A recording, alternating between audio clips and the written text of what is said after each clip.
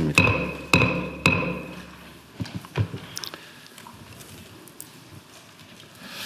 국민주권정부 출범 이후에 세종에서 개최하는 네 번째 국무회의입니다. 여러 차례 강조했던 것처럼 이미 한계에 이른 수도권 일극체제는 부동산 문제, 교육 문제, 청년 문제, 극단적인 양극화 등 현재 우리 사회의 모든 중대 문제의 출발점입니다. 국토균형 발전은 이 같은 대한민국의 고질병을 고치고 전국이 고르게 성장 기회를 누리는 모두의 성장 시대를 여는 핵심 열쇠입니다. 특히 세종특별시는 대한민국의 균형 발전을 위한 역사적 결단이 탄생시킨 도시입니다. 더군다나 올해는 행정중심 복합도시라는 이름으로 출발했던 이곳이 세종이라는 공식 명칭을 얻게 된 지 20년이 되는 해입니다. 국토균형 발전을 상징하는 세종이 명실상부한 국정의 중심축으로 확고하게 자리 잡을 수 있도록 국가 중추 기능의 안정적 이전에 힘을 모아야 되겠습니다. 대통령 세종집무실과 국회 세종의사당 건립에 속도를 내고 관련 인프라 정비 또한 차질 없이 진행해 주시기 바랍니다.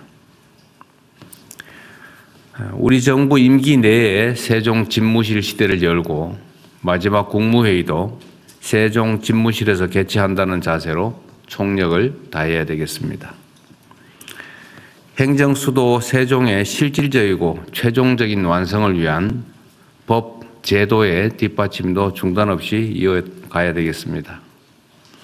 국토의 중심인 세종과 충청이 새로운 균형 발전 시대를 이끄는 중심이 될 수 있도록 범정부적으로 최선을 다하겠습니다. 국토 균형 발전이 지속적 성장의 토양이라면 초격차 첨단 산업 육성은 경제 대도약을 위한 씨앗입니다.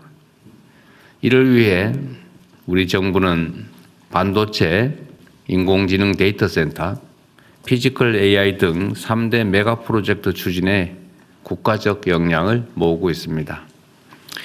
어제 이와 관련한 민관 합동 점검 회의를 열었습니다.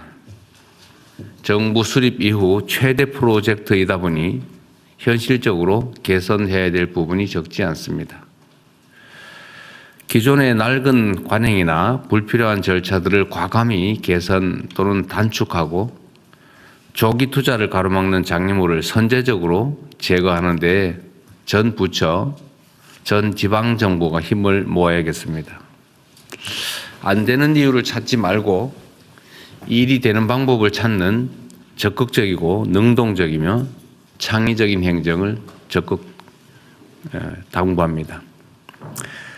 3대 메가 프로젝트와 함께 우리가 키워갈 미래의 씨앗들을 추가 발굴하는 노력도 계속해야 되겠습니다. SMR, 재생에너지, 양자 컴퓨터, 우주항공, 첨단 바이오 등은 글로벌 미래 산업의 패권을 좌우할 핵심 분야입니다. 이들 분야에 대한 전략적 투자 역시 3대 메가 프로젝트에 버금가는 수준으로 치밀하고 집중적으로 진행해야 되겠습니다.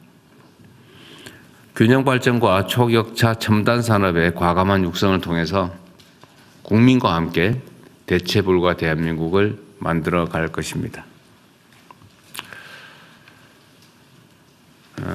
극한 폭염의 기세가 다소 누그러지긴 했는데 여전히 전국적으로 무더위가 계속되고 있습니다. 10일 기준으로 사망자가 28명이고 누적 온열 질환자가 3,237명이라고 합니다. 긴장의 끈을 놓지 말고 국민의 생명과 안전을 지키는데 최선을 다해야겠습니다. 초유의 폭염과 폭우, 한파가 일상화되는 이런 기후 재난 시대를 맞이해서 사회 전반의 시스템 개선 노력도 필요하겠습니다.